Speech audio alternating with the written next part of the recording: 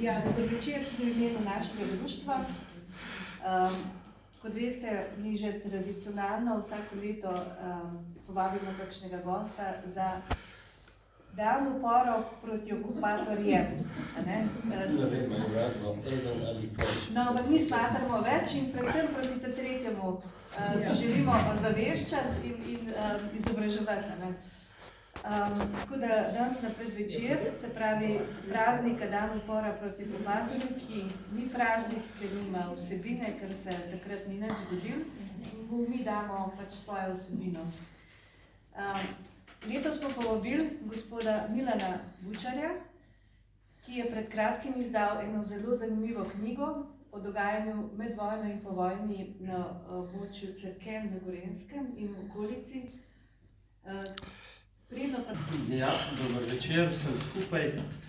Danes na večer pred praznikom imamo tukaj v Rovtah posebnega gosta, avtorja ene izjemno zanimive knjige, ki je, jaz sem jo prebral, bereš jo kot srhljivko, ker namreč napisana je kot roman po resničnih dogodkih in tudi resnične osebe nastopajo v tem romanu. No in ta roman govori o enem kraju oziroma dogajanju v enem kraju, ki mu je ime, zelo zanimivo ime, jaz ga nisem poznal tega kraja, s tako izpovednim imenom Pšenična polica. Pšenična polica, ja. To je naša vas. No, zdaj pa kar vam prepuščam besedo. Ja.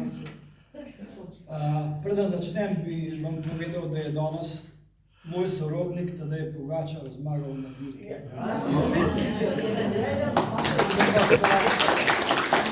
Našega mala bratranca, stare mame sta do sestre. Tako da smo v sorodstvu. S tem, da ga jaz nikdar nisem srečal. S očetom se dobro poznava, njega nikdar nisem srečal, ker ga je zelo malo doma. Redko je od doma, stavno je po treningih. No, ta naša vasica je pa še danes majhna, med vojno in tako je po vojni bila še manjša, je imela 14 hiš, 12 družin, ampak v teh 12 družinah je živelo 94 prebivalcev. Se pravi, vsaka hiša je imela nekje od 5 do 7 otrok. Res, danes bi rabili tako družine. In vaščani so zelo sodelovali, so bili zelo prijateljski med seboj, v lepih odnosih. Vsako nedeljo so se sestajali pri neki hiši, ki se je reklo pri Dolinšku, in tam zdaj je bila vaške debate, kaj je novega, kaj je to, ker radio takrat ni bilo, televizij sploh ne, in to je bila nekje informativna točka naše vasi. In tam se je nedeljo popoldne vse zvedelo. Če se je porodil kakšen vaščan, je pa srečne oče prinesel steklenico in so nazdravili novemu vaščanu. No in vas je leta 1885 pogorela, kompletna. Takrat je bilo večino streh kritih še slamo in požar se je zgodil, ko je hlapec svojemu gospodarju zažgal voz sena, ki ga je peljal proti vasi. Konja sta zbezljala in goreče seno se je dvigalo v zrak in padalo po strehah in pogorela je cela vas. Po požaru se je zelo izkazal sovaščan Martin Pogačar, ki je bil knezov škofijski svetnik na ljubljanski škofiji. To pomeni, da je bil v bistvu finančni minister ljubljanske škofije. In on je vaščanom preskrbel zelo ugodna posojila, da so pozidali nove hiše in postopke, ker brez tega bi bilo zelo težko. Vsi vaščani so bili vzgojeni v katoliški veri in v svetih božjih zapovedih, danes je to že slabše. Kot sem rekel, je nekaj priseljencev, ki so pač drugačni in imamo tudi eno družino, ki je prišla v vas, ki je popolnoma rdeča, so pač člani zveze komunistov bili, zdaj so prenovitelji, ampak je poštena družina, sploh nimam, da bi rekel eno slabo besedo od tega. No, to knjigo sem pa jaz pisal zato, Meni je v zibko položeno, da mi je zgodovina moja velika ljubezen. Zgodovino sem v šoli poživel. Jaz sem knjigo zgodovina prebral že med počitnicami. Pa ne enkrat, dvakrat. Zraven tega sem pisal dobre spise in moje spise so brali učitelji pred celim razredom. In ko sem dve lastnosti združil, je nastala knjiga. Knjigo sem pa napisal zato, da se ne bi pozabilo, kaj se je dogajalo v naši vasi. Dogajalo se je pa mislim. Če boste prebrali to knjigo, boste videli, meni je nemogoče, da na brzino povem.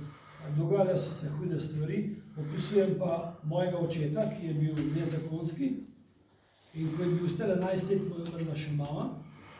Potem ga je stric dal služiti k nekemu bogatemu kmetu, ta kmet ga je izkoriščal do maksimuma. On je bil v bistvu živin, on je bil žival.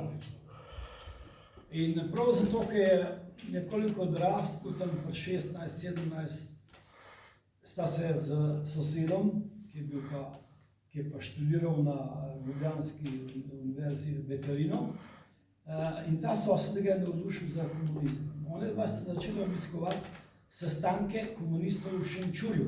V Cerkljah takrat še ni bilo, leta 1938 je bilo to. V Šenčurju so pa že imeli svojo celico, ker Šenčur je bila delavska vas. Večinoma Šenčurjanov se je vozilo v Kranj, v službo, v kranjsko industrijo. In zato je tam komunistična partija bila kar veliko pristašna. Moj oče se je kasneje na srečo povlekel nazaj, ker ga je stari oče vzel v roke in ga nekoliko obdelal.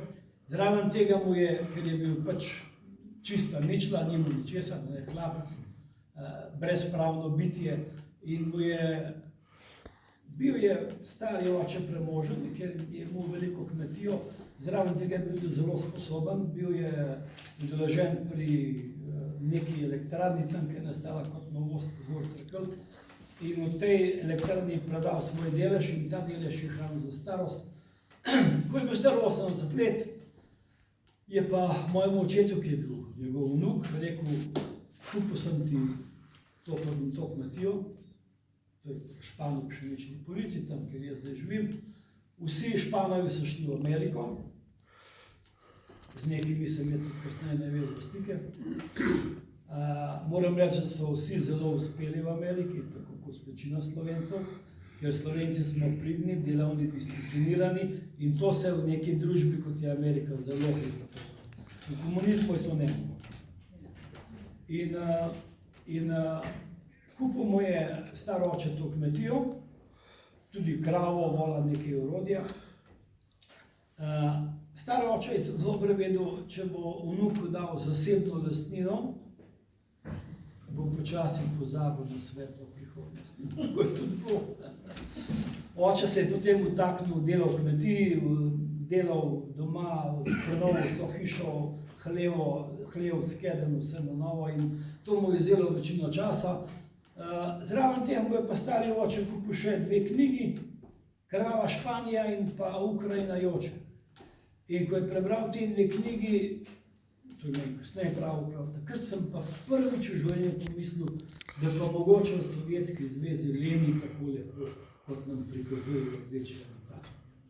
Ker oni so njim na teh sestankih v Šenčurju govorili tako, v Sovjetski zvezi je popolna svoboda, nihče ne plačuje davkov. Davki so kapitalistična izmišljotina in se plačujejo samo v kapitalističnih državah. V Sovjetski zvezi nihče ne plačuje davkov. Ljudje so svobodni. Nihče jim ne postavlja norm v tovarnah. Delajo sami z navdušenjem. In tisti, ki je najboljši, je udarnik. In to so najbolj spoštovani ljudje v Sovjetski zvezi. Nobenih normilcev, nobenih delovodij in tako. Oni sami se terajo. In to potem, da ima pač Sovjetska zveza največjo armado na svetu, Stalin lahko mobilizira 10 milijonov vojakov in če bo to premalo, jih bo še 10 milijonov. Stalin ima top, s katerim lahko zadane katerokoli mesto v zahodnji Evropi in podobne leži. In ljudje ti ljudje so to slepo verjeli. a ne. Zraven tega je vedno na vsakem sestanku bila pijača. Pijače je neomejeno, lahko so pili, na koncu so se napili, rjoveli, živel Stalin, živel Tito, živela partija, smrt kapitalizmu in podobno. In to vino, ta pijača, oni mislijo, da to plačujejo šenčurski fantje, ki so organizirali sestanka, ampak se na koncu zvedlo, da je vedno plačal tisti, ki je prišel govor. To so bili pa financirani od Kominterne in od komunistične partije, imeli so denar in ga razmetavali z te stvari.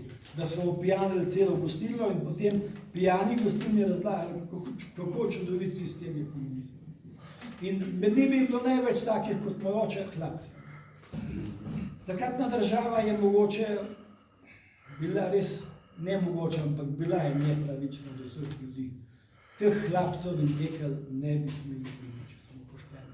Ker prav ti so bili najbolj navdušeni za revolucijo in potem, ko se je ta revolucija začela, so tudi najbolj delali nenormalne čudne stvari, na koncu zločine.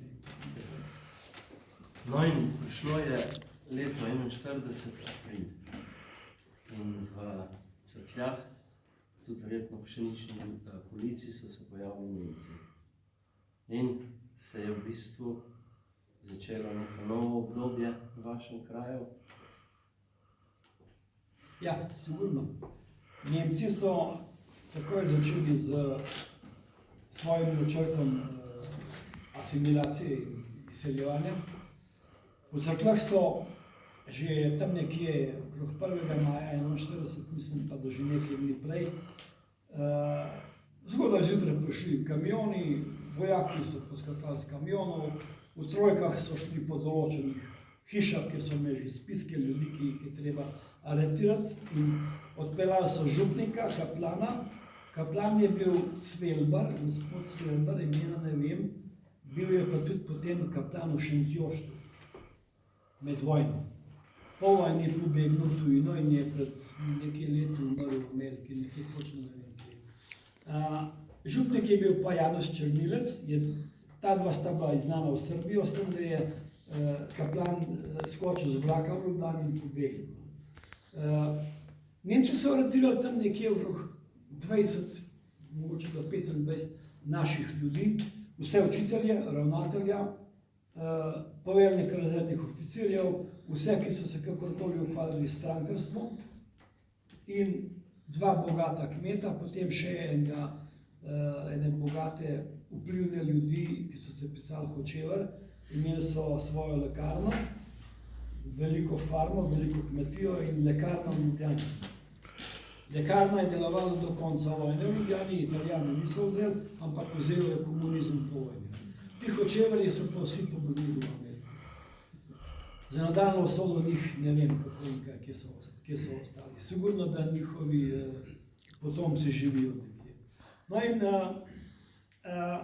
glede na to, da so Nemci začeli res z najbolj nenormalnim pritiskom in okupacijskimi metodami, je popolnoma normalno, da se je začel nekako tihi odpor. V Šenčurju so pa, tam, kjer so bili komunisti, so pa že organizirali krvavško četo, mislim, da so jo prve dneve decembra 41. Obljubilo je 20 fantov, da bodo prišli in da bodo dobili od pokrajinskega zbora OF 20 pušk. Ni bilo pušk, fantov ni bilo, in na koncu so 4 fantje se odločili, da gredo kot prvi v krvavško četo.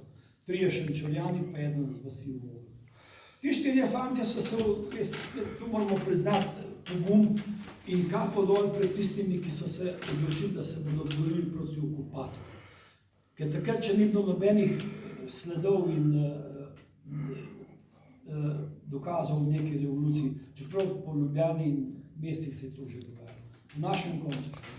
In ti fantje so se utoborili na Štefani gori, v neki zemljanki, dobili so 2 stare lovske puške in začeli upor proti okupatorju.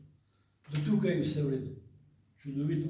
Ampak potem je krvavška četa nekje narasla v januarju na 25 fantov To so bili zmeraj pogumni fanti iz našega kraja in Šenčurja in Kranja. Komandant je bil Stane Bečan iz Tržiča. Potem se je pa naenkrat zgodilo to, da je ta komandant čete bil prvi, ki je dezertiral. Nihče ne vedel zakaj. In pokrajinsko vodstvo je poslalo novega komandanta in novega komisarja, ki sta bila, jaz sem jih imenoval, nisem hotel imen, pa priimkov, ampak napisal sem komandant Rajko in komisar Cvetek.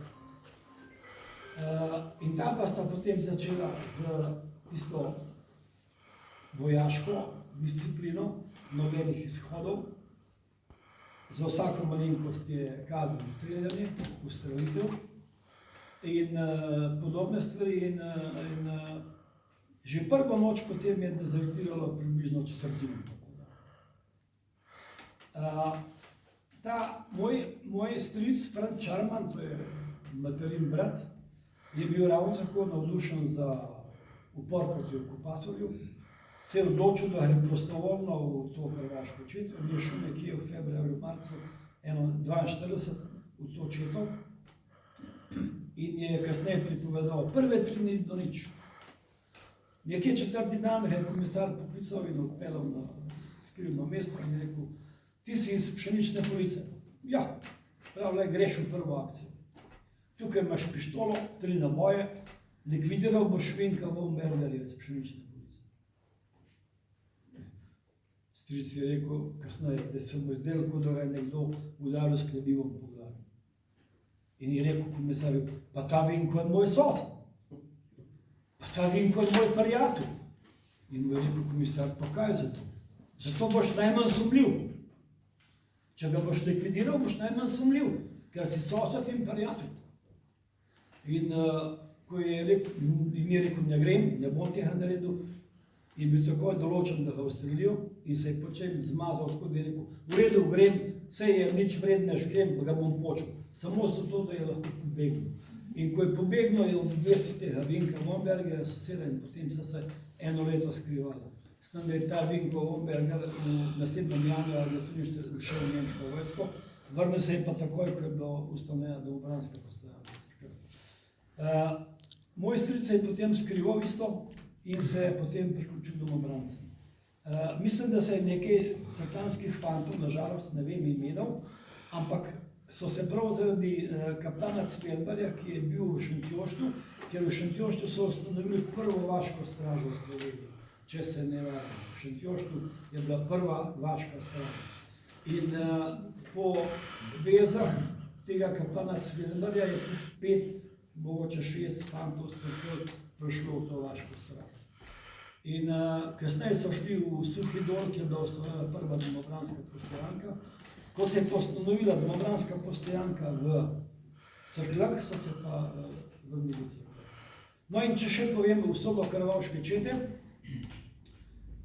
ta krvavška četa je potem narasla na nekje 374 borcev.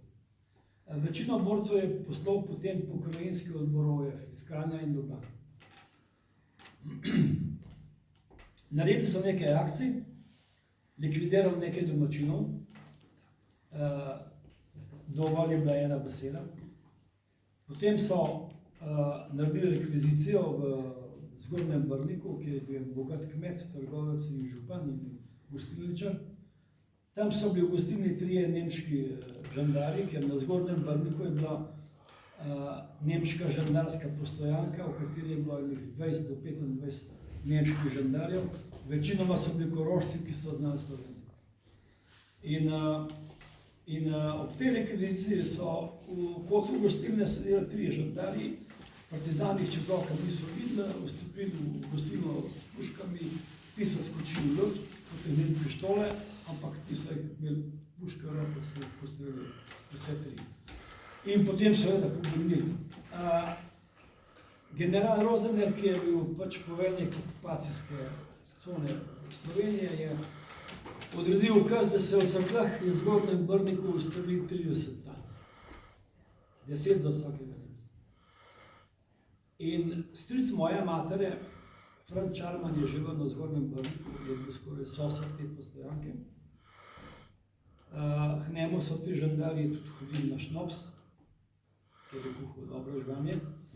In je potem večkrat rekel, da med seboj so ne raje govorili nemško, ampak ko so se pa napili, so pa prepevali slovenske pesmi. In jim je sam enkrat rekel, navadne reve ste. Med seboj govorite nemško, ko ste pijan, pa pojete slovenske pesmi, ker so bili večinoma koropci. No in njega so pridobili, da je šel v bližnjo Gmajno po 30, potem, ko so potem ubili te 3 nemške vojake, žandarje.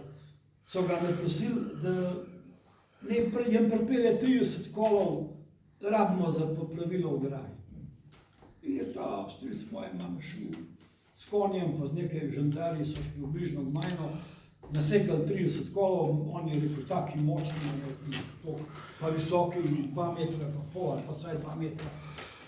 In ko je pomoj stric mislil, da je bo pelal na Brnik na Postojanko, sem mu rekel, ne, kele zapelal v Gramoznico. Tam sred polja je ena Gramoznica in je rekel, no veš, tele kole bomo uporabili, ker se bo v tej Gramoznici ustrelilo 30 talcev. Za 3 naše žandarje, ki so jih ubili, vaše. In ta moj stric je bil tako jezen, da je odpeljal brez žandarjev, samo ga potem pešati. Potem se je pa zgodil pravi čudež, da teh fantov niso ustrelili, ker se je, ko je general Rosener, ki je mu tudi dobre povezave z trmovskim meščakom Radom Hribarjem, tudi pri njemu večkrat prišel na obisk, in pa Gauleiter Rainer, z Rainerjem sta se poznala že prej, ko je bil Friedrich Rainer notar v Celovcu, je ta Rado Hribar, ki je bil eden najbolj uspešnih slovenskih podjetnikov, bil velikrat pri njemu za razne pravniške zadeve in se poznalo. In ker je mu ta poznanstva, zraven tega je Rado Hribar poznan, osebno poznanstvo z nemškim Hitlerjevim ministrom Hansom von Čamerjem. Ta minister je bil Hitlerjev minister za šport in kulturo in je bil tudi vodja upravnega odbora leta 1936 na Olimpijadi. In Rado Hribar je preko tega ministra von Čamra, ko ga je Rosener obvestil, da bodo streljali talce, ga je poklical po telefonu in normalno, če bi minister jim tudi vezal, ko so bil gost, in je Himmlerja, ki je bil minister za notranje zadeve, prepričal, da so stornirali to streljanje. In so poklicali po telefonu Rosenerja, da je streljanje stornilo, ga ne bo. In Rosener je zahteval pisni ukaz in ga čez 2 dni dobil. In streljanja ni bilo. To je bilo prvih 30 fantov, ki jih je rešil Rado Hribar, ki je živel v gradu Strmol, ne vem, če pa bo že videl ta grad, še danes stoji, potem po vojni je imel protokol. In usoda krvavške čete pa bila taka, da so zaradi teh mnogih akcij, pa ne samo krvavške čete, tudi koprškega odreda, pa škofjeloškega odreda, pa kamniške čete, se je v Himmlerjevem glavnem štabu naredil načrt, ki je mu kodno ime Enzian. Enzian je bila operacija proti gorenjskim partizanom. V Garmisch-Partenkirchenu so izvežbali najbolj elitno in najbolj usposobljeno in najbolj opremljeno enoto nemške vojske, ki se je reklo Gebirgsjäger, gorski lovci. Takim vojakom danes pravijo komandosi.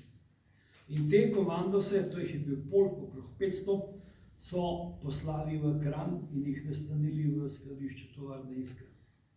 V Celovcu se jim je pridružilo še 100 članov celovškega Hitlerjungena. Zdaj klepa, sem da preskočim, to, kar sicer ne paše zraven, ampak bom povedal. Član Hitlerjungena celovškega, sem da tudi 2 močna vplivna Slovenca po vojni, Stane Dolanc in pa admiral,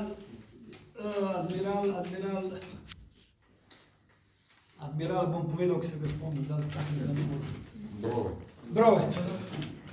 Admiral Brovec. Ona dva sta bila člana Hitlerjungenda v Celovcu. Stane Lonc je ušel oziroma pobegnil iz tega Hitlerjungenda leta 1942, Brovec pa šele januarja 1945. In mene čudi, kako da vojaški post tega nikdar ni izvedel. On je postal admiral Jugoslovanske mornarice. No in mene sem zanima, to bi mogel nekdo raziskati, če še obstojajo dokumenti, če sta ta dva bila med temi 100 člani Hitlerjungenda, ki so vstopili na vlak in se odpeljali v Kranj, da so sodelovali z gorskimi lovci pri hajki na naše partizane. Ker če sta bila, potem sta sodelovala tudi v Cerkljah, ko so napadli Krvavško četo. Krvavško četo so napadli, že 2 dni prej je krožil avionček in trosil letake, naj se predajo, ker jim Gauleiter Rainer jamči varnost. Predal se ni nihče. In potem so začeli akcijo, mislim, da je Braven na Veliki Šmarem 15. augusta 1942, akcijo iz 3 koncev, z Cerkelj, iz neke gostilnice Flegarija, to je tam na vas naprej, Poženk, iz doline Reke, tam, kjer je spodnja postaja Žičnice, in pa iz Kamnika. Cilj teh enot je bil, da se združijo na vrhu Krvavca in delujejo po sistemu poišči in uniči. Ti izvežbani vojaki so bili vredni svojega denarja. Krvavški borci so jih pričakali v blatah, zakriti za nekimi skalami, pred njimi je bila čistina, jasa, in 100% so bili, da niti slučajno, imeli so 2 mitraljeza, niti slučajno se nam nihče ne bo približal. Nemogoče. Ampak ti vojaki so bili izvežbani. 5-6 strojnic naenkrat je začelo streljati z rafali na te borce, tako da kdor bi se dvignil, bi bil mrtev. Zasul so jih s tako strahovitim ognjem, da je bil vsakešen streljanje v nasprotno smer nemogoče. Strani so se jim pa že bližali ti nemški komandosi in prvi, ki je plašil, je bil metalc plamena in je vrgel plamen na njih in ta plamen jih je zrešil za nekaj metrov, ampak je toliko zakoril, ki je bil velik plamen, da so pobegli. Mitraljezec Robinson, to je partizansko ime, pravega imena ne vem, je bil tako hiter umik, da je pozabil mitraljez. Vrnil se je za nekaj sekund in Nemci se prešli. Ta četa se je potem umaknila, pobegnila na hrib Pokoč. Tukaj pa Nemci niso mogli uporabiti te skupine strojnic, ker je bila planina Pokoča gosto poraščena in bi večino teh krogov zdržala drevesa. In je komandant njihov Hermann Franz, ki je bil star 50 let, hribolazec, bil je izredno sposoben, lahko se je kosal z vsakim mladim po hoju v hrib, je ukazal, banditi nimajo vode, ker naše specialke kažejo, da ta hrib nima nobenega izvira, vode nimajo, danes je bil roč dan in oni se bodo mogli po noč spustiti navzdol. Če gremo mi navzgor, nas bo to stalo lepo število naših vojakov in je rekel, moji vojaki so vredni zlata, ne bomo jih vzgor. Naredimo zasede na vseh najbolj primernih točkah in jih bomo počakali, ko se oni spuščajo. In tako je tudi bilo. Borci so se proti večeru organizirali in se spustili v dolino. Ampak po neki drči. Nemci so pa že podnev napeljali vrvice in prazne konzerve, tako da ki bi po noč prišel, bi se zapel. In tako sta šla 2 partizana kot predhodnica, ostali kazale, in se zapletla v te vrvice. Nemci so vrgli signalne svetlobne rakete, rafale in oba sta domrtva. Ostali so se 5 pobrinili.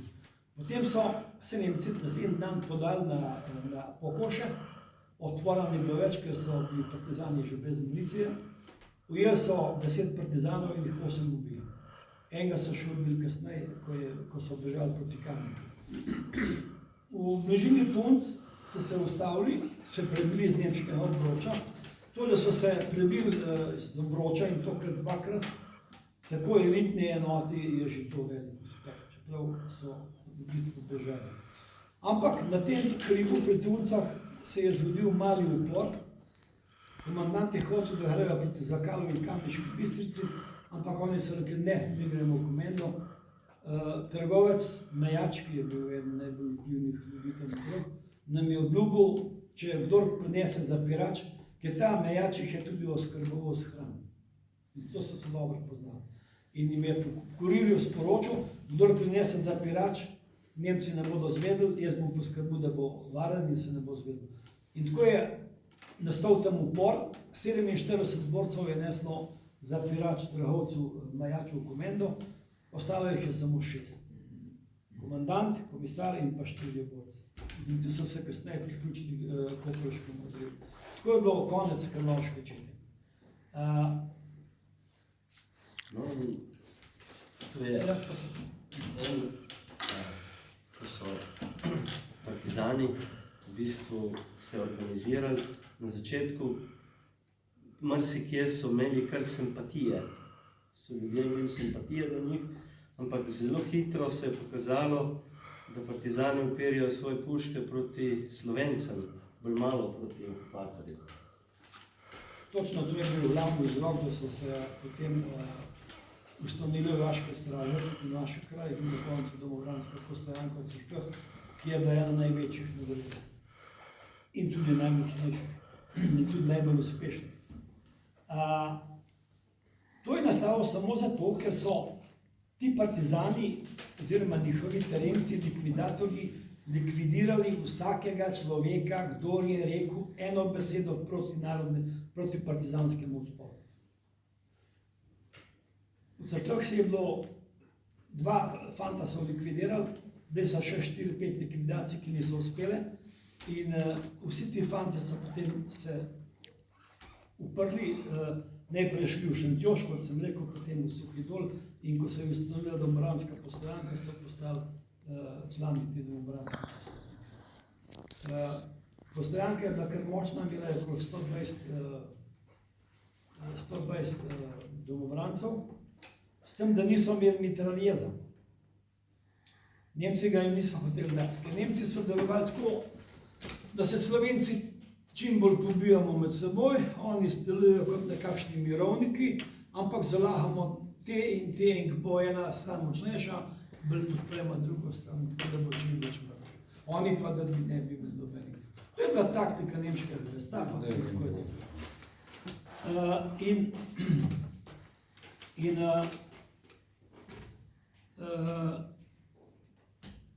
No in recimo prve likvidacije. Ja, to sem hotel. Ta domobranska postojanka je bila precej uspešna. V enem mesecu so razkrinkali vse kurirske javke, nekaj partizanov ustrelili, nekaj jih po pogodbi z Nemci izročili Nemcem, ki so jih pa vozili v Dachau. Nekateri od njih so se tudi vrnili nazaj domov v Troboj. Kdaj je bila ustanovljena? Domobranska postojanka je bila ustanovljena 18. maja 1944. Še prej so pa cerkljanski fanti delovali v drugih postojankah. No in ker je bila domobranska postojanka precej uspešna, Kamniška četa, Kokrški odred v Cerklje niso upali niti priti, kaj še bi se spopadali. Kadar so se v Krvavškem hraboju spopadli, so jih domobranci vedno napotili. In zato je mogla v Cerklje priti ena najboljših in največjih partizanskih brigad, Šlandrova brigada. Šlandrova brigada je bila ustanovljena v Tuhinjski dolini, mislim, da leta 1943, nekje avgusta. In sestavljajo se jo Kamničani, Domžalčani in pa Savinjčani. Štela je 750 borcev, delila se je na 3 bataljone, vsak bataljon je okrog 250 borcev. In 4. oktobra 1944 so napadli domobransko postojanko v Cerkljah in Lahovčah. V Lahovčah, kako je nastala domobranska postojanka v Lahovčah, ne bom, da je še to šil, boste lahko prebrali. Nemci so jih prisilili, da so mogli ustanoviti vaščani Lahovč postojanko. Zakaj, kako boste lahko prebrali? No in partizani Šlandrove brigade so napadli Lahovče in Cerklje. Zalomilo se je pa že v Zalogu, ko so se iz Šentjurške gore v poznih popoldanskih urah premikali proti Zalogu in naprej Lahovčam in pa Cerkljam, je istega dneva prišla skupinica okrog 100 slovenskih četnikov in se nastanila v Gozdičku pri Lahovčah. Zdaj, a so bili ti četniki obveščeni o partizanskem napadu, a je bila to slučajnost, ne vem. V glavnem ti 9 teh četnikov je prišlo v gostilno pri Rocku v Zalogu in ko je tretja četa prišla v Zalog, sta terenca, ki sta vodila četo, povabila komandirja čete in komisarja na pijačo v to gostilno. Noč so pa sedeli četniki v gostilni v kotu. In sprva sploh niso vedeli, da so okoli dve vojske, ker je bila slaba razsvetljava, ti 4 partizani, komandant, komisar pa 2 terenca so stali v šanku, četniki, slovenski četniki pa v kotu. In šele potem, ko je eden od četnikov zaupil na zdravje našega kralja Petra, je komandant bataljona Franc Leber-Buda gotov, tukaj pa nekaj ni v redu. Stopil je do mize in rekel, ti, ki vpiješ za kralja Petra, pokažite legitimacijo. Je rekel, ni problema, evo, potegnil revolver in ga ustrelil. In je bil takoj, ustrelil ga od prsa in je bil takoj mrtev. Ostali so pobegnili.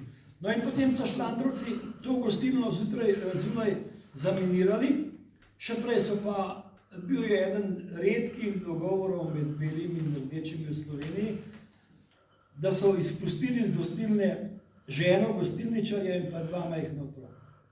Bila sta v prvem nastropju, štenge so bile porušene, zaradi bomb, ki so jih metali. In dogovor s partizani, kar je pravi čudež, je nastal skozi okno gostilne, prvega nastropja, za vogalom, ki so bili v sosednji hiši skriti. In dogovor je bil, oče je najprej klical četnike, naj izpustijo ženo in moja otroka, ki niso nič krivi. Odgovor je bil, spustimo, ampak štenge so porušene. Če se partizani zavežejo, da ne bodo strljali, jih bomo spustili po rjuhah. In tako se je zgodilo.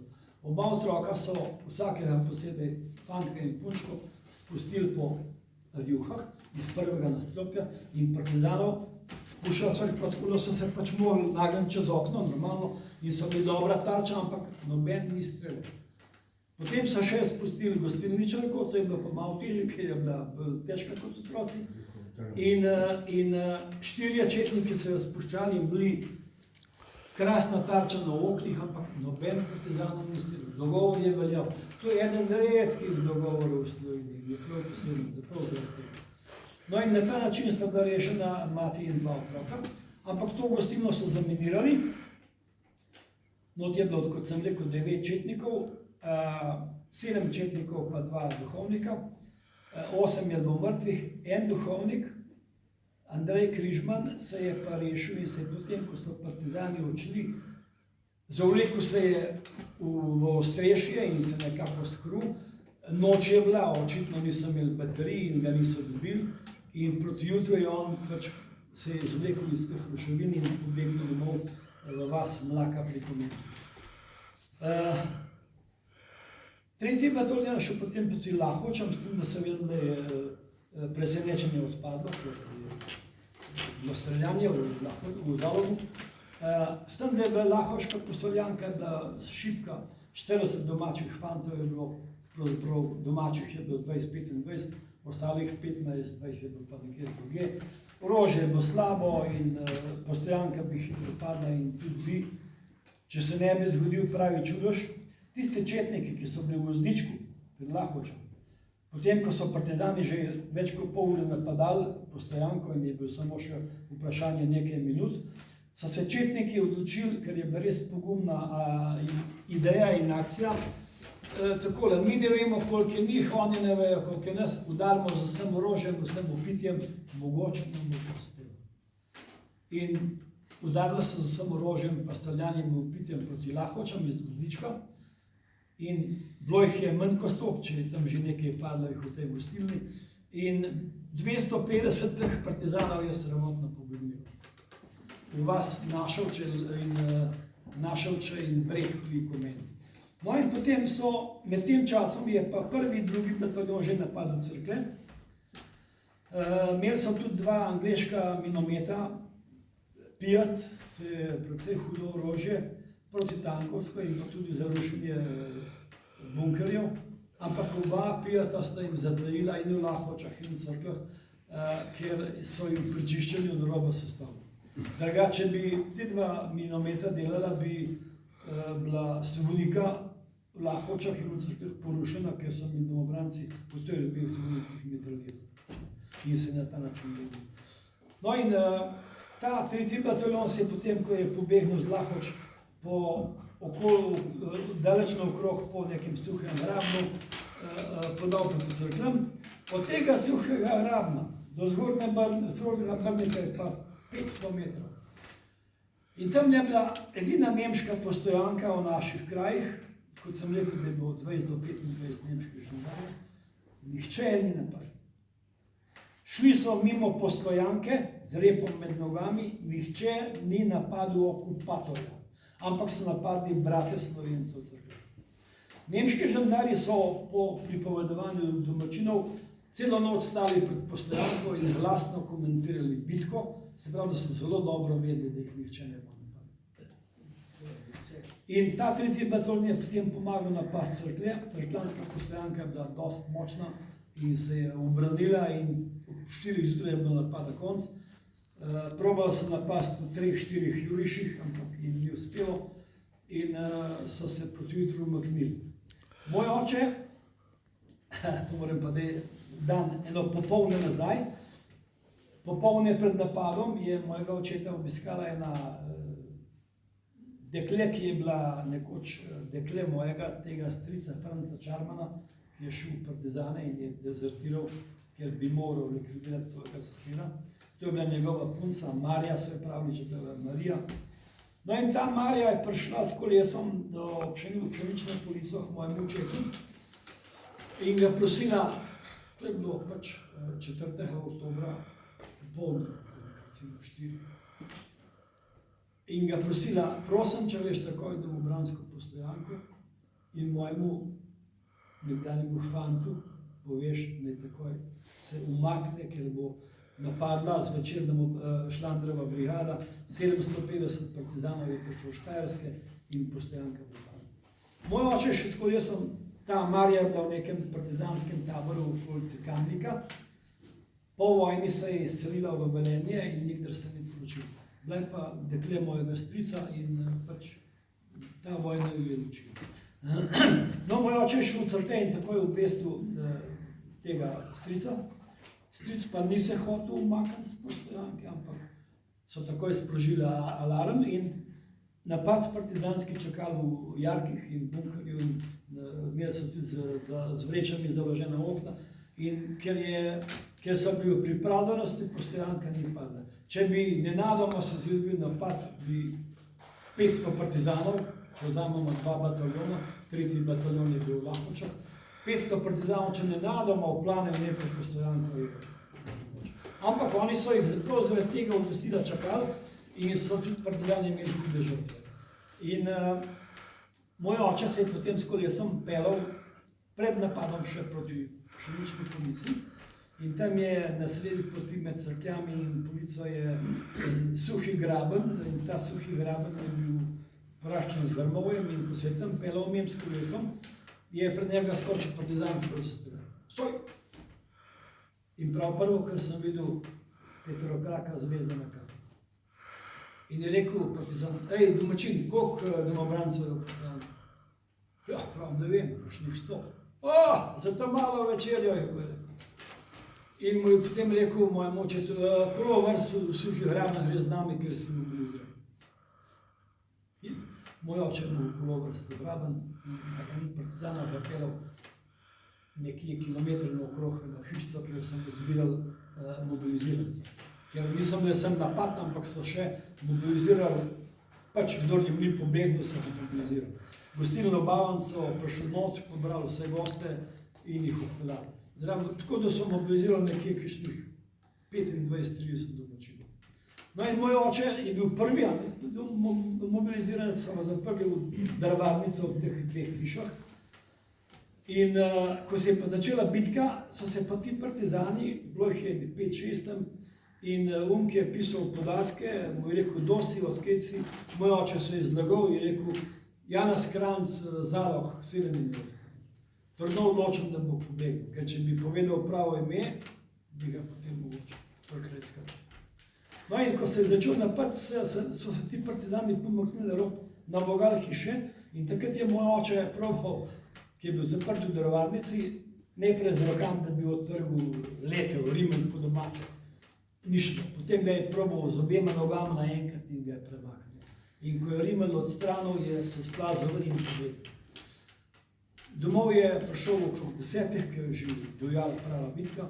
In potem je to bitko opazoval z našega vrta, izza neke debele hruške, kjer so še tu pšenični polici švigale posamezne kroge. No in nekje ob 4 zjutraj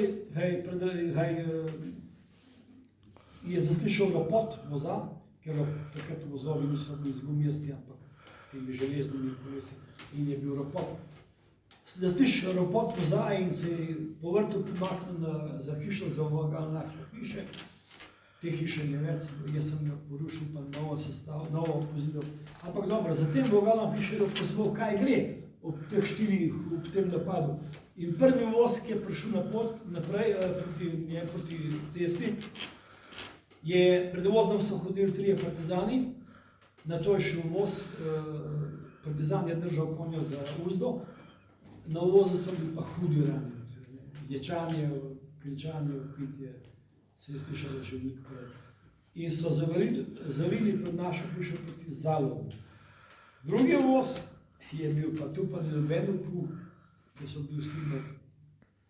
Voz je bil natrpan z mrtvimi, naložen sem bili kot klaftre, rekel Mača, in da so jim roke dingljale z voza in koliko jih je bilo, ne vem, mogoče 30, mogoče 40, tam nekje. Vse so peljali proti Zalogu, kam so jih peljali ranjence, se mi nikoli izvedlo, kje so pokopali mrtve, se mi izvedlo. Jaz sem prav, ker sem začel pisati to knjigo, kupil knjigo Šlandrova brigada, doktorja Miroslava Stiplovška, on je bil profesor na filozofski fakulteti. In sem prav prebral, najbolj me zanimal napad na Cerklje, ker ga tudi on opisuje. Ampak nikjer ni nobenega podatka, koliko partizanov je branjenih, koliko jih je padlo. Tega podatka on sploh ni napisal. Napisal je pa, da se je napad ob 4 zjutraj moral ustaviti, ker so iz Kranja in Kamnika hkrati prodirali nemški tanki. Nemci ne v Kranju, ne v Kamniku niso niti enega tanka, kjer so tanke rabili na ruski pa v zahodni fronti, ne pa v Kamniku pa v Kranju. Nobenega tanka nikdar nisem videl, to je laž, ne, to je zlagano. No in to je bila prva laž, ki sem jo prebral. Druga laž prav, ampak naš uspeh ni izostal, ubili smo 53 domobrancev in jih 35 ranili. Ko sem jaz to prebral, sem knjigo zaprl, nikdar več ne bom povedal. Takih laži pa jaz ne berem. Resnica je pa ta, da sta bila mrtva 2 domobranca, 2 ranjena hudo, 2 pa lažje ranjena. Ampak ona hudo ranjena sta preživela. Sprav, mrtva sta pa samo 2 domobranca. In da nekdo potem piše take laži. Kdor ne verjame, naj vzame knjigo Šlandrova brigada, nekje na strani 450, nekje proti 500 ta podatek. In ko sem jaz to prebral, adijo, takih laži ne berem. In jaz sem prav opazil, da v svoji knjigi ne bi pisal kakšne laži, pa fantazije, pa zlagane stvari, ker bralec to zelo hitro ugotovi. Jaz, ko sem pri 18 bral Iva Jana pa Jožeta Vidica, sem točno vedel, da lažem. In tudi sem te knjige po nekem času zaprl, nisem več prijel. Pač, bralci niso tako neumni, da jim ti lahko lažeš. In jaz sem zelo pazil, da sem napisal vse, kar je bilo res. To, kar je bilo res, je bilo pa kar hudo. No, Ja, zanimivo je to pri tem napadu Šlandrove brigade, tudi pogreb, ki je sledil Ja, sem pa dal isto povedati. dan, dva, kasneje. Ja. Namreč govori o vrednotah, ki so jih zagovarjali. No, to pa ta Stiplošek v tej knjigi Šlandrova brigada ni upal napisati. Namreč, dan po napadu 5. oktobra so domobranci in četniki, slovenski četniki, to je bilo nesrečno izbrano ime, veliko lepše bi bilo slovenska, jugoslovanska vojska domovini, ker so to tudi bili. Ampak četniki so izbrali ime v Srbiji, to so jih pa potem posnemali. Veliko bolj lepo bi bilo jugoslovanska kraljeva vojska domovina. No, ti četniki pa domobranci so 5. oktobra imeli pokop tistih 8 četnikov, ki so umrli v zaminirani gostilni. In pa, to sem prej pozabil povedati, ob napadu četnikov na partizansko bataljon v Lahočah, ko so pobegnili, je padlo 7 partizanov. Od četnikov je bil samo en ranjen v peto, nič drugega.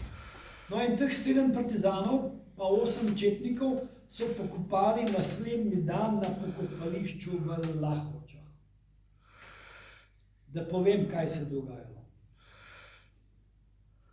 Mnogi domobranci in mnogi četniki so zahtevali, da teh 7 partizanov pokopajo izven pokopališkega zidu, za zidom, zunaj pokopališča, ali pa v bližnjem gozdu, tako kot delajo partizani. Ampak komandant satanske domobranske postojanke, to je bil Stanko Osenar, je rekel tako: fantje, ti partizani so Slovenci in mi Slovence pokopavamo samo v posvečeni zemlji na pokopališču, nikjer drugje. Kljub temu, da so bili naši sovražniki in bi nas ubili, je naša dolžnost, da jih pokopljemo kulturno, civilizacijsko, tja, kamor spadajo, na pokopališče. Če tega noče naredili, bom odstopil kot komandant. In so se potem podali, da so jih pokopali. In tudi, ko je prišel komandant slovenskih četnikov, Mirko Bitenc, je isto umiril četnike in je rekel tako: mi četniki smo zadnji ostanki jugoslovanske vojske v domovini in imamo kodeks časti. Kodeks vojaške časti in po tem kodeksu mrtve in svoje in sovražnike pokopavamo na pokopališču. In te fante, partizane in četniki so pokopali, res da vsakega v svoj grob, ampak med grobi je bilo 2-3 metre razlike, nič več. Vse krste so znosili in partizanske in četniške v cerkev. Mašo so imeli, pogrebno mašo so imeli 3 duhovniki. Med njimi je bil duhovnik Andrej Križman, ki je edini pobegnil iz zaminirane gostilne nazaj. On je kot pravi katoličan imel pogrebno mašo za 7 partizanov, ki bi ga še včeraj ubili, če bi ga dobili v zaminirane gostilne. Ampak je dobro mašo tudi za njih. In na koncu so jih dostojno pokopali.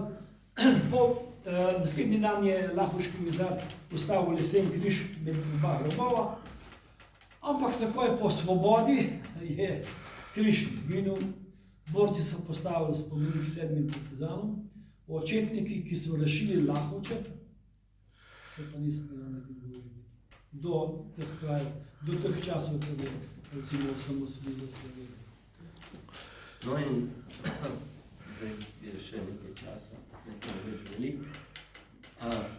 Omenjate tudi nekega harmonikarja. Namreč tudi na Rogaškem imamo nekaj podobnega, približno primerljivem kontekstu.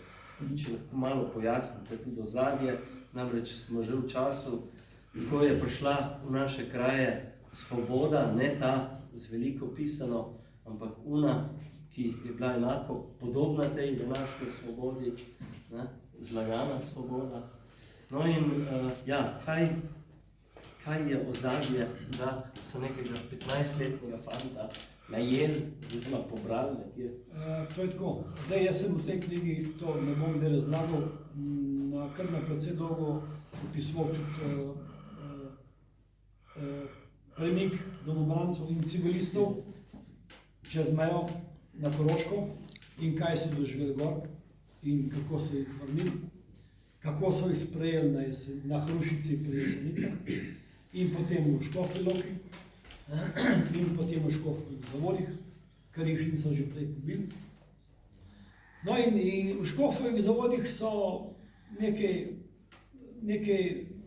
težko rečemo, koliko, sigurno nekaj 100 ali pa nekaj tisoč teh fantov pobili po okoliških moriščih, večino pa strpali na vlake in peljali v Kočevje. V Kočevju vemo, kaj se je zgodilo. V Breznu, brez sodbe, brez obsodbe, brez možnosti obrambe, brez dokazane krivde.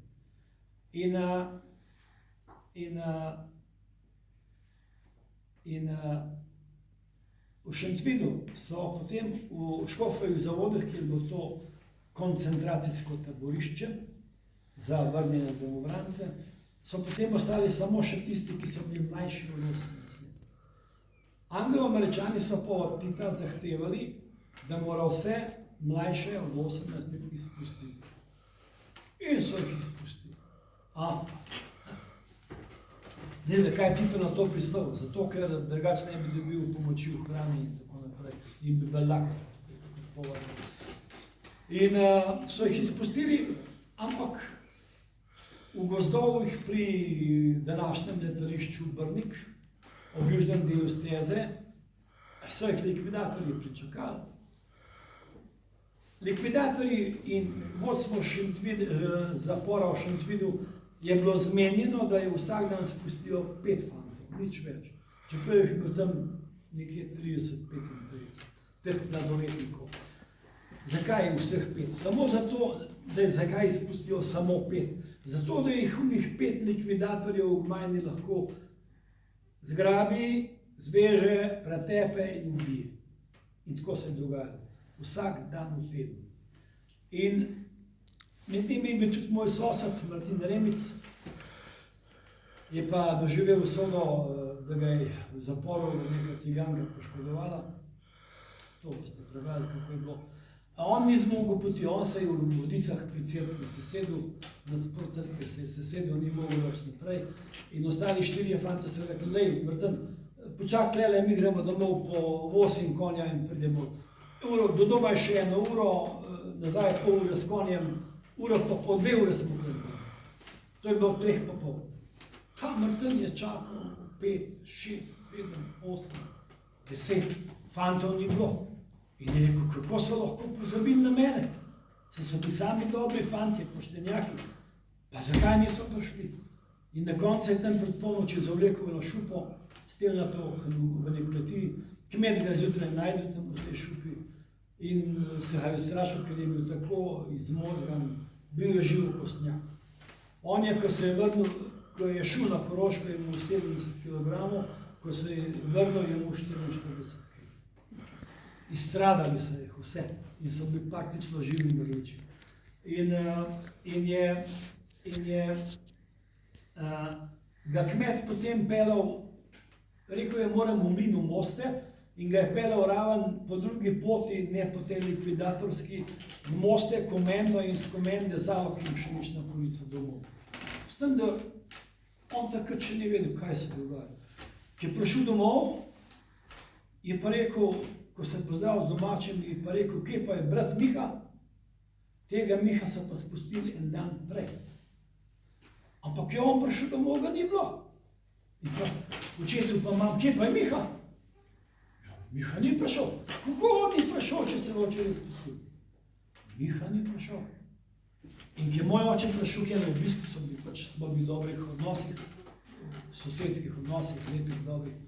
In ko je moj oče kjer prišel, je rekel, Franc, zdaj me pelj ven, ker se je takoj nabrala cela hiša, smo pravila, dnevna soba ali pa hiša, cela hiša vaščanov in mojemu očetu je rekel, daj me pelj na strelišče, moram biti. In pridla se v hal hiše, prav, ne, ne grem na strelišče, prav, viš kaj je, nekaj je narobe, ne upam mu pričal vseh vaščanov povedati. Moj brat Miha je bil spuščen en dan pred mano, pa ni domov prišel. Nas so spustili 5, jaz sem v ulicah omagal in sem pač s tem kmetom me je pripeljal, ampak 4 fantje so obljubili, da je prišel s konjem pome, pa jih ni bilo. Nekaj je narobe. Dej je rekel, prosim te, pej ti na Zgornji Brnik, v tej pa tej hiši, pa poizved, kaj s tem fantom. A so doma, a jih ni, ker jaz močno Močno se bojim, da se nekje v manjih pričakali, pa pobi. Mi je še oče rekel, da to ne mogoče. In na koncu je zelo narad šel to poizvedovanje oča, ampak je šel samo zato, ker je ta Martin moji mami pomagal na polju, ko je bil moj oče v nemški vojski. Kako se je moj oče rešil v nemški vojski, ne bom razlagal predolgo. No in moj oče je šel res potem na Zgornji Brnik, seveda ni povedal, zakaj je prišel. Vprašal je, a imate kaj semenskega krompirja, pa debata, pa pogovor in na koncu je rekel, a je vaš Vinko, sosed prav, moj sosedov Julijev Martin je prišel domov, a je vaš Vinko tudi prišel? In so rekli, ne, naš ga ni. Po parih besedah se je poslovil še drugom. In tako se mu je zgodilo pri vseh hišah. Ti fantje niso prišli domov.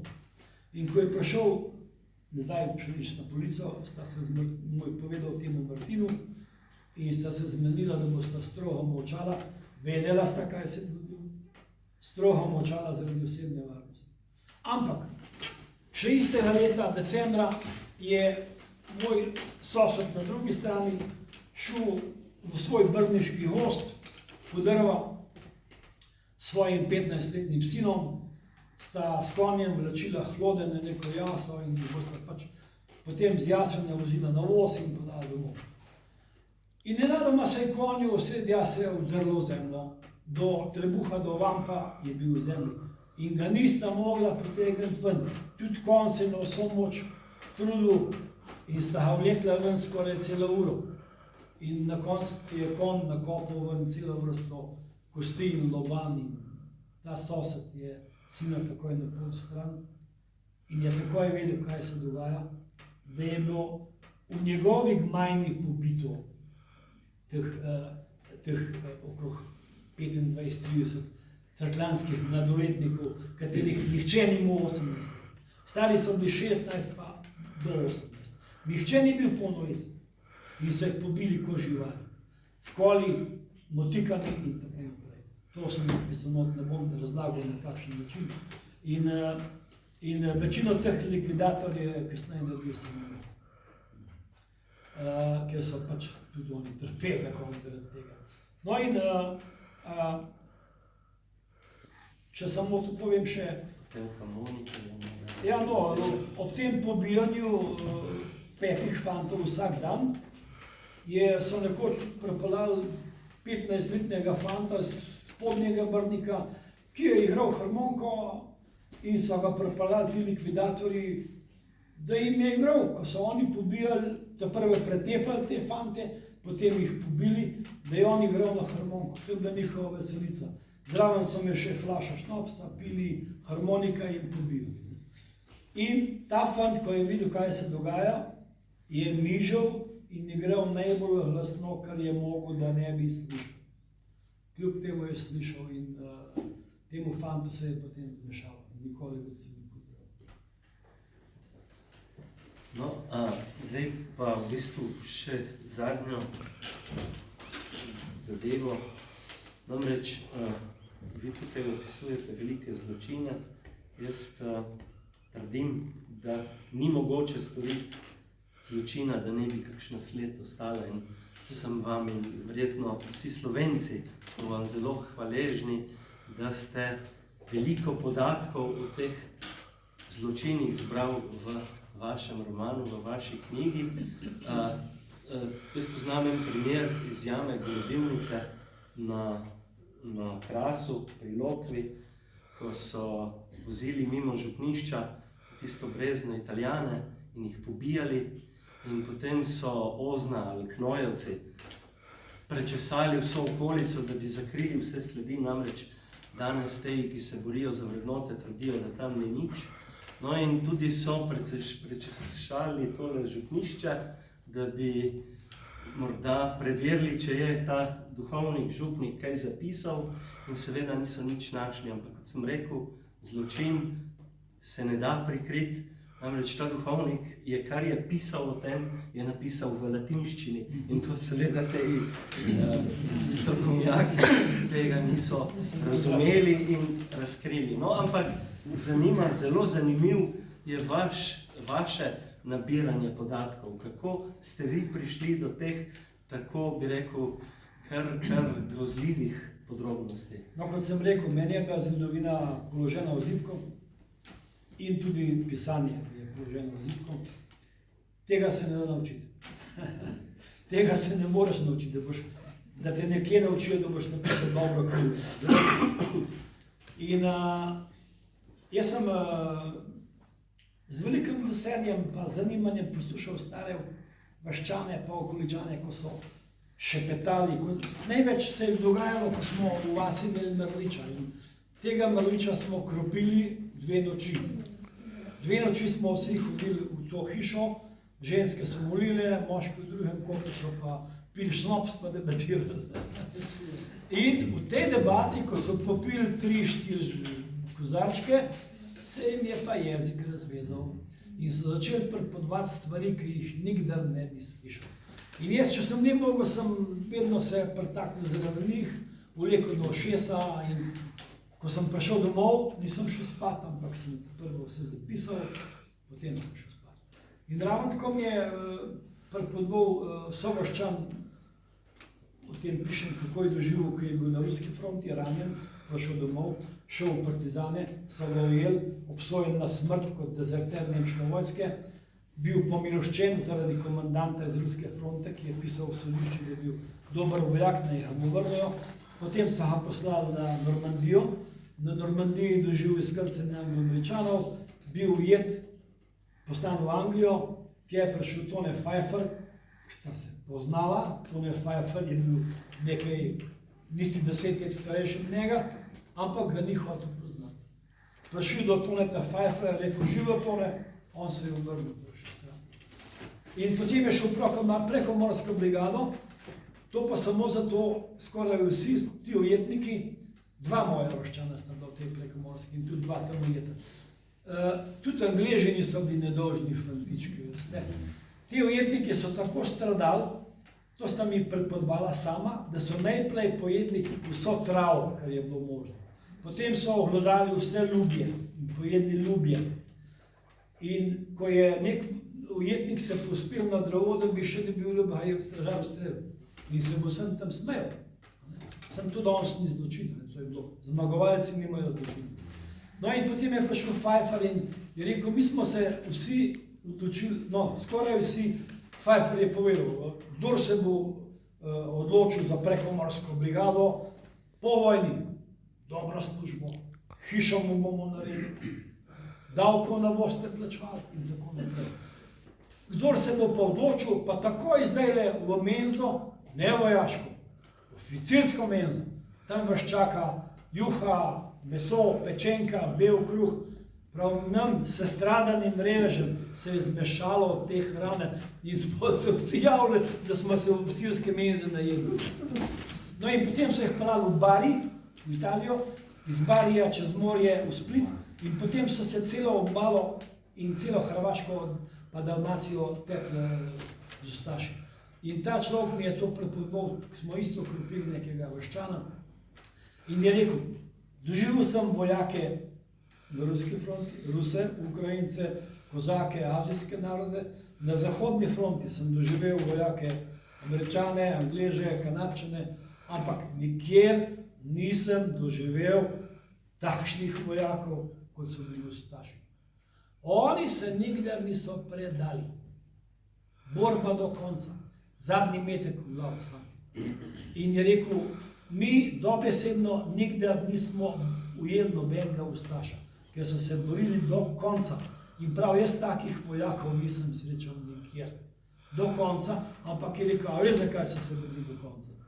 Sem rekel, zakaj? Je rekel, zato, ker če bi ga pojem, bi ga pa zaklad.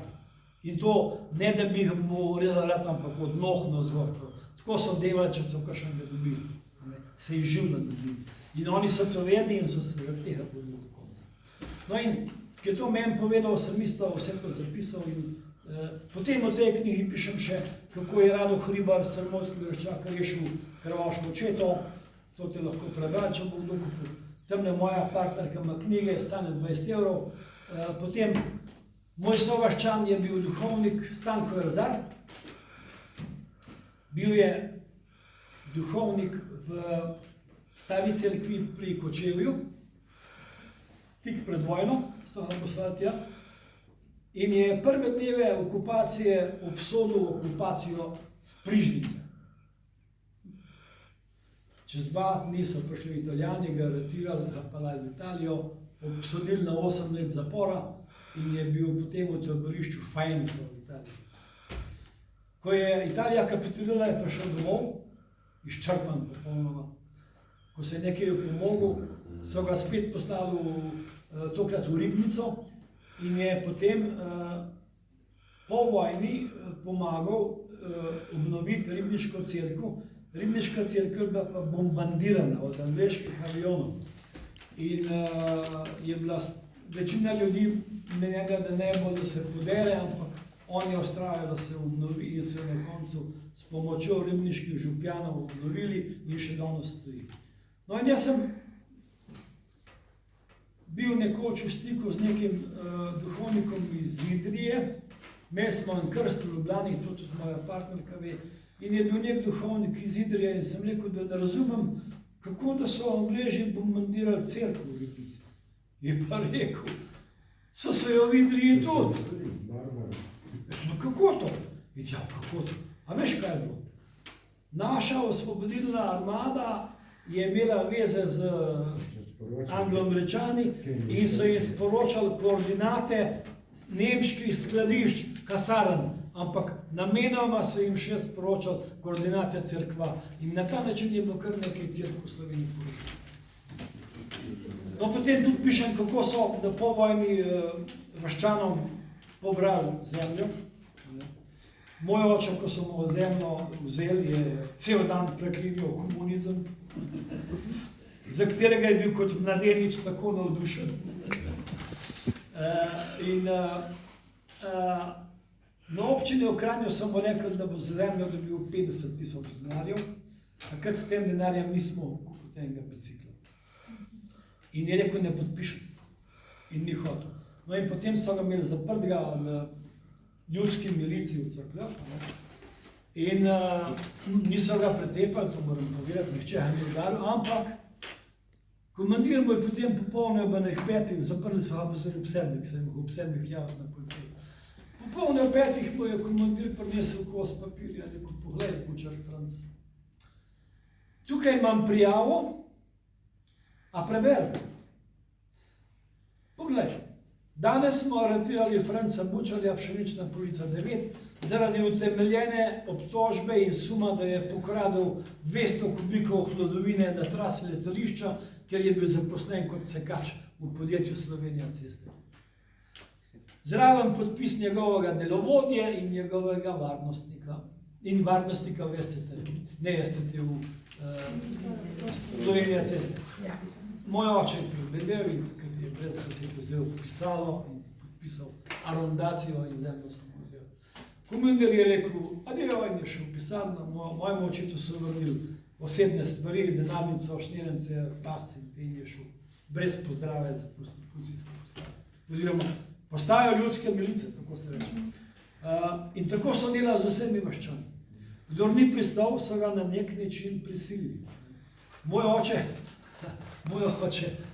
je potem naslednji dan, ki je prišel v službo na traso letališča, so delali poseg drevja, je rekel delovodji, ti, a kaj veš, kdo je pokradil 200 kubikov hlodovine? Delovodja pravi, jaz slišal sem, pa ne vem, nimam pojma kdo, slišal sem nekaj. No pravi, veš kaj, a veš, kjer varnostnik je to tudi videl? Prav, to pa nič ne vem, za varnostnika pa ne vem. Jer, veš, jaz sem bil včeraj cel dan na policiji zaradi tega, ko so me obdolžili, da sem jaz pokradil 200 kubikov, ti si pa podpisal. In se je delovodja samo obrnil in je šel. No, ampak moj oče je potem zaradi tega, ko sem mu vzel zemljo, so mu zato, ko se je upiral, vzel še eno gozdiček, eno gmajnico, ki je bila južno od naše vasi. V tej gmajnici so bili hrasti, ki jih je on šparal, kot prav Gorenc, jih je šparal za slabe cajte, so bili hrasti, ki ga nismo mogli objeti. In not jih je bilo enih 25. In moj brat starejši, ki se je takrat zučil za mizarja, te hraste so posekali odpeljali, štorove je buldožer zrinil, so jih odpeljali. Očetu so pa po pošti nakazali ne 50.000 denarjev, ampak 19.936 denarjev. Če bi moj brat je izračunal, da če bi te hraste prodal sam, ali kot okrogle, ali kot plohe, da bi takrat lahko kupil 2 nova fička. Moj oče pa za denar, ki ga je bil iz občine, lahko kupil 2 para čevljev. No in še to, potem je čez kakšne 14 dni še izgubil delovno mesto v podjetju Slovenije ceste. So ga dali na čelo. Samo zato, ker sem jih hotel podpisati in ker je delovodjo vprašal ti, zakaj si pa podpisal, da sem jaz kradel, če nisem kradel. Kako ne pa nosom hoda, ne, na rami nosom, kaj? In takih stvari je bilo celo. No in tu je še več stvari, ki jih pač ne bom naštel. Jaz sem šel namenoma na nizko ceno knjige 20 €, pisal sem jo 5 let, podatke sem zbiral celo življenje od 15 let naprej, ampak meni je cilj zaslužek bomo namenili za izkop teh nesrečnih najstnikov v tej Brniški megli. Jaz sem se že povezal z Jožetom Dežmanom, ki je republiški predsednik za te izkope in poboje. In sva že bila tam, ampak danes je to področje popolnoma spremenjeno. Leta 1978 so tam kmetom pobrali vse gmajne, ki so širili stezo metodiško, in danes je tam ogromna njiva, na kateri je posejano ali rša, pšenica. In enostavno ne moramo ugotoviti, kje je to bilo.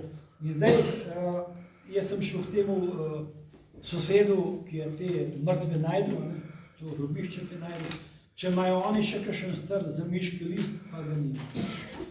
Probali smo dobiti na vse možne načine in da je edini način še, da gremo v arhiv Kranjski, če bomo v Kranjskem arhivu dobili. Ker če bi imeli to parcelno številko, potem bi bilo iskanje lažje. Mi smo pripeljali enega Brničana, ki je naj bi vedel, pač ni točno vedel, ampak je rekel, tukaj nekje 100 metrov od te ceste naprej, v širini 200 metrov, pa 200 naprej, tam mora biti. Zdaj, kako bomo to dobili? Ja, danes se da, obstaja ena metoda zračnega snemanja in izjemna natančnost. Vsako nijanso v tleh se da ugotoviti. In zdaj, ko je tale, ki je delal pri tem podjetju Augusta, in zdaj je zaposlen v Muzeju novejše in sodobne zgodovine, po moje se bo dalo to lidersko analizo narediti, kot se temu reče, in morda bo pokazalo, če je bila grobna jama, se je gotovo našla. Zdaj, to nisem povedal, ko so leta 1978 pobrali te gmajne, spet pod prisilom, ljudje so dobili drobiš, tako kot moj oče tudi takrat. Takrat so potem to gmajno podrli, ljudje so odpeljali, štorove je buldožer izrinil in buldožerji so tudi delali izravnavo in takrat so to grobišče odkrili. Ampak leta 1978 je bil še trdi komunizem, delovodja, ki je bil zraven, je bil nekdo z Vodic, je že pokojni, buldožerist, nekdo z visokega prekranja pokojni, nihče več ne ve, kje bi to bilo. In ba je, da je bil na ukaz, da so jih ustavili sicer takrat, ko so jih odkrili, ampak ko je prišla policija, je ljudska milica, pardon. Ko je prišla ljudska milica, je bil ukaz, skopljate jamo in pokopljate jih, tako po zasveti. To je ena varianta, po drugi varianti naj bi jih pa izkopali in peljali na neko smetišče. Zdaj, kaj je? Mi zdaj raziskujemo, da so tudi neki radarji, da ga vozijo po terenu in da ugotavlja, kje je napačna struktura zemlje. In tudi potem naj bi se ugotovili. Bral sem pa, da imajo Hrvati zdresirane pse, da pes, ko odkrije človeka zakopanega v zemlji, ni okostnak, recimo, lahko je 50 let, pes, ko to zavoha, se uleže na ta grob in počaka. Če to res, to sem bral, če to res. Ja, poskušali so s temi psi v Kaniževici, v Beli krajini pa niso uspeli, tam iščejo Rome oziroma Cigane, ki so jih partizani potovkli. No, bodi dovolj, gospod Milan, najlepša hvala. Zdaj, če ima Kdo za eno vprašanje? To je več vprašanj, jaz sem to Recimo ura je pol, Jutri je praznik. Veste, sam to, če povem še na ta praznik se nanaša. To se je zgodilo ne 27. ampak 26. aprila 1941. tako. A pa veste, kaj bi takrat najbolj pomemben dogodek tega dne? Hitler je prišel. 26. aprila je Adolf Hitler obiskal Maribor. Tako. Mariborski Nemci in komunisti so ga navdušeno pozdravili. Zakaj komunisti? Veljal je pakt Hitler-Stalin. In ljubljanski komunisti so se pa istega dne popoldne zbrali v Vidmarjevi vili, najprej pozdravili navdušeno Hitlerjev obisk Maribora, potem pa rjoveli proti Angležem in Američanom in kapitalistom. No, čez 10 let je bo pa rečeno, da so ustanovili osvobodilno fronto. No, jaz sem bil enkrat, kako je, 20 let nazaj, No, se Na prezidenca enem predavanju. nemška tam, ne? No, so me nemški Tudi letališče ima zdaj okupator. Ja, tako je. To je zdaj nemška last. Alenka Bratušek, ko je bila 3 mesece ministrica. Ja, če bo, ki je zanima, nekaj vprašam. Ja, veste, kaj me zanima, ko ste govorili o četnikih in se pravi domobrancih in tako. Namreč tukaj so bili tudi, ne prav v Rovtah, a ne? Tukaj veste, je pa pač bil italijanski okupator. Četniki so se nahajali pa na Sveti Treh kralji, pa na Petkovcu so se zadrževali. In kakor je meni, moja mama bila z Petkovca doma, pripovedovala, da so nekako četniki so se izogibali partizanom, ki so včasih prišli tam čez njim, so imeli čez Petkovce se upali, Rovte so bile obdane žico, tle v vas se niso upali in potem, ko je bila konc italijanske okupacije, so bili prvo vaški stražarji oziroma domobranci, potem pa itak niso nikoli v vas prišli, ker so bili dobri vojaki, ti naši domobranci. No, ampak ta odnos med partizani in četniki, nekako nek tihi dogovor ne napadanju. So se srečali, menda so se srečevali, ampak so se nekako izogibali in ni bilo. Vi govorite nekaj drugega, ne? Ker namreč tle za Rovte je tudi znano, da je bil že dogovor, da bojo se domobranci pridružili četnikom. Zelo je bila agitacija, ne, in da bi tudi tisto orožje, kako so imeli, skratka, da bi se pridružili in so imeli že dan in uro dogovorjeno. Pa se je potem, so rekli, da ne, da če grejo oni tudi v ilegalno, kdo bo branil vas, ne. Skratka, to je pol vodo padel. Zato me zanima, tam na Gorenjskem, pa tudi drugače, vi mi govorite, kot da bi se, jaz sem razumela, kot da so se četniki pa domobranci skupaj borili proti partizanom, nekako? Ja, niso bili v isti postojanki. Mi v našem koncu, Cerkljanskem, četnikov nismo imeli, ampak so prihajali od Ljubljane. Se tudi tukaj nisem bil domačin, to se ali pa od drugod. Mi smo pa domače domobrance prav od naših fantov, z naših vasi, iz naših krajev. Ampak kako so pa četniki pa domobranci med sabo, Hrvat? Oni se niso sorožili. Oni so sodelovali, ker so bili vsi proti komunizmu. In četniki in domobranci so bili proti komunistično nastrojeni in se borili proti komunistični revoluciji. Tukaj postojanke četniške ni bilo, to so bili samo nekako prehodno. Drugač to sodelovanje, kot ste rekla, to sem tudi jaz slišal, ko so šli, namreč v Cerkljah je bila zelo operativna, močna enota v domobranski postojanki, Jurišni vod. Jurišni vod je bil sestavljen z mladih fantov, ki so bili res mečkano podivjani in so bili res vojaki z veliko besedo. Ampak ostali domobranci so pa tudi ne oddelali na polju, začeli so že po postojanko. No, eden teh je meni prav, je rekel, ko smo šli mi proti Poženku, ker Poženk je vas, kjer se začenja Krvavško hribovje in ta gozdovje. Ko smo šli proti Poženk, smo streljali v zrak da so se partizani pravočasno pustili in pobegnili. Se pravi, sem ne tudi neko navezal, ampak to jih po vojni ni rešilo. Ravno se. Še kakšno vprašanje? Če ni, pa en velik aplavz.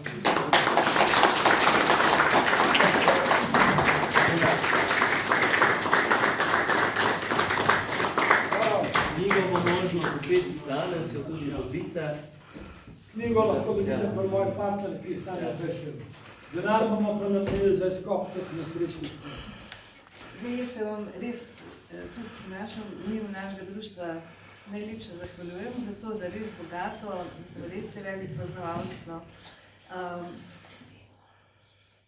Po koncu zdaj, gospa, jaz bi vas prosila, če boste knjige sem prinesel, tukaj spred in kdo bo želel lahko kupiti. Tam od zad imamo pa mečkaj pogostitve, pa se malo še zadržimo, pa malo še poklepitamo. To imamo pa Gorenci zelo radi. Če za sto. Eno knjigo, gospa, eno knjigo podarim vašemu društvu. Hvala lepa. Boste imeli zakot ali knjižnico.